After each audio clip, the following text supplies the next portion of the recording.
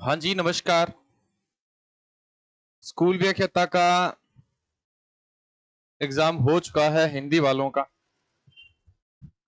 आज आपके लिए यहाँ प्रस्तुत हुए हैं। अब बच्चों का सबसे बड़ा सवाल कि सर मेरिट क्या रहेगी, सर कट ऑफ क्या रहेगी, सर कितने नंबर तक जा सकती है मेरिट। ये सवाल हर एक बच्चे के जहन में है।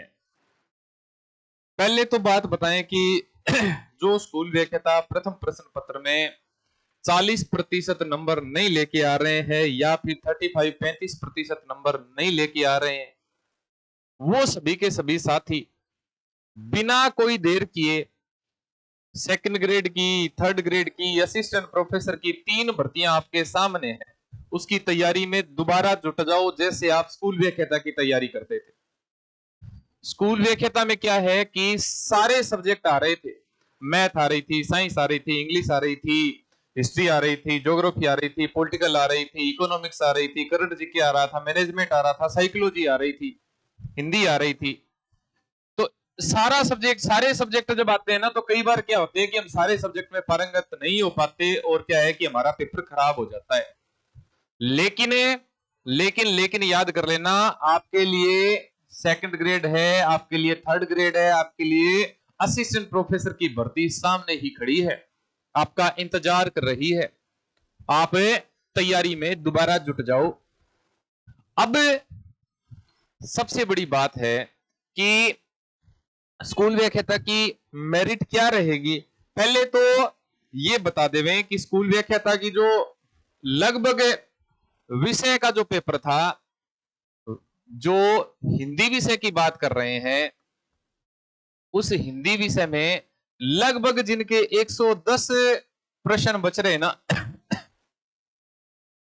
हिंदी विषय में जिनके 110 प्रश्न बच रहे हैं, अब 110 से अपने 120 मान सकते हैं। 120 प्रश्न, लगभग 110 प्रश्न मानूंगा मैं तो, 120 प्रश्न नहीं है, 110 प्रश्न बच रहे हैं। और प्रथम प्रश्न पत्र है, प्रथम प्रश्न पत्र है, उसमें अगर 30 से 35 प्रश्न बच रहे हैं। अब सही मायने में तो ये है कि अगर 30 प्रश्न भी जिनके बच रहे हैं ना, 30 प्रश्न जिनके बच रहे हैं या फिर 35 प्रश्न बच रहे हैं, वो तो देखो बहुत अच्छी बात है। 30 प्रश्न भी बच रहे हैं, वो भी दौड़ में है। इसमें बहुत सारे लगभग जो बच्चे हैं ना जिनकी विषय में जबरदस्त पकड़ थी, जबरदस्त तैयारी थी, वो बच्चे फर्स्ट पेपर क्रॉस नहीं कर पाए। बहुत बड़ी समस्या है ये। तो जिन बच्चों के प्रथम प्रश्न पत्र में 30 से 35 प्रश्न बन रहे हैं और हिंदी विषय में 110 से 120 प्रश्न जिनके बच रहे हैं, 110 से 120 प्रश्न बता रहा हूं, क्योंकि पेपर इतना आसान नहीं था भाई। ये जो हिंदी वाला ना, ये इतना आसान नहीं था जितने बच्चे बोल रहे हैं। लोग जो बोल रहे हैं ना कि पेपर तो बहुत ही आसान था, सब्जेक्ट का पेपर तो इतना आसान था, बहुत ही सरल था, ऐसी बात नहीं है। पेपर स्टैंडर्ड का था। हालांकि 50 प्रश्न अगर किसी भी पेपर में सरल आ जाते हैं, वो पेपर को सरल नहीं माना जाता। 150 में से अगर 50 प्रश्न आपके सरल आ गए, तो इसका मतलब ये नहीं है कि पेपर सरल है। पेपर ये मध्यम स्तर का था, एकदम ही ऐसे नहीं है कि कई प्रश्न आ ही नहीं रहे थे, ऐसे भी नहीं है कि बिल्कुल भयंकर तरीके से प्रश्न कठिन थे, और ऐसे भी नहीं है कि बिल्कुल ही सरल थे प्रश्न। ठीक है, 50 प्रश्न सरल हो सकते हैं, लेकिन बाकी जो 100 प्रश्न है, अगर 75 प्रश्न देखे ना, तो 75 प्रश्न स्टैंडर्ड के प्रश्न है, और वो 75 प्रश्न ही मेरिट बनाएंगे। अब कई बच्चे क्या है कि और ऐसे सोचते हैं कि भी फर्स्ट पेपर क्लियर नहीं हुआ तो क्या करें, तो उनके लिए तो थर्ड ग्रेड, सेकंड ग्रेड और असिस्टेंट प्रोफेसर तीनों भर्तियां सामने खड़ी है। अब जिनके 30 से 35 प्रश्न प्रथम प्रश्न पत्र में बच रहे हैं, 30 प्रश्न की बात कर रहा हूं मैं, 30 प्रश्न की बात कर रहा हूं। 27 प्रश्न वैसे तो चाहिए अपने को, अपने 30 प्रश्न या 35 प्रश्न की बात कर रहा हूं, 30 से 35। और जो विषय है, विषय में अपने बात करते हैं, तो विषय में 110 से 120 प्रश्न बच रहे हैं। वो सभी के सभी साथी तैयारी करने लायक है भाई। आगे, अब आगे आप क्या करो, जिनके 110 से 120 प्रश्न विषय में बच रहे हैं और 30 से 35 प्रश्न है, ये प्रथम प्रश्न पत्र में बच रहे हैं, वो सभी के सभी साथी क्या करें, वो जस्ट अभी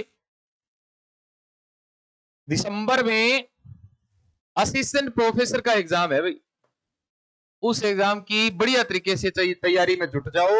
इधर उधर बातें नहीं करनी है, किसी को ये नहीं बताना है, ना ही किसी से पूछना है कि आप के कितने बन रहे हैं, मेरे कितने बन रहे हैं, उसके कितने बन रहे हैं, इसके कितने बन रहे हैं, कोई मतलब नहीं है।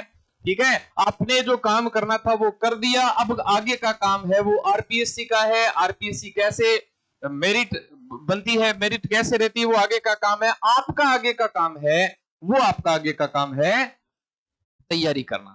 ठीक है, असिस्टेंट प्रोफेसर की तैयारी करना आपका आगे का काम है। असिस्टेंट प्रोफेसर की तैयारी करना भाई, आप आगे असिस्टेंट प्रोफेसर की तैयारी शुरू कर दो। जिनके थोड़े कम नंबर बन रहे हैं, ऐसे सोचते हैं कि जिन्होंने असिस्टेंट प्रोफेसर का फॉर्म नहीं भरा, उनके लिए 2 वैकेंसी सामने है, सेकंड ग्रेड की और थर्ड ग्रेड की भी सामने है, उनकी भी बढ़िया तरीके से तैयारी शुरू कर दो। बिल्कुल भी घबराने की जरूरत नहीं है।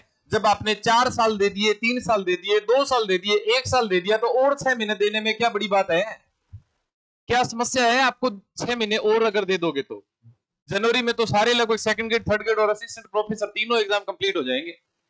तो क्यों ना आप दोबारा हिम्मत बांधो और बढ़िया तरीके से तैयारी शुरू करो। और जिनके 110 से 120 और 30 से 35% बच रहे हैं, वो सभी के सभी साथी दिसंबर असिस्टेंट प्रोफेसर की तैयारी शुरू करें।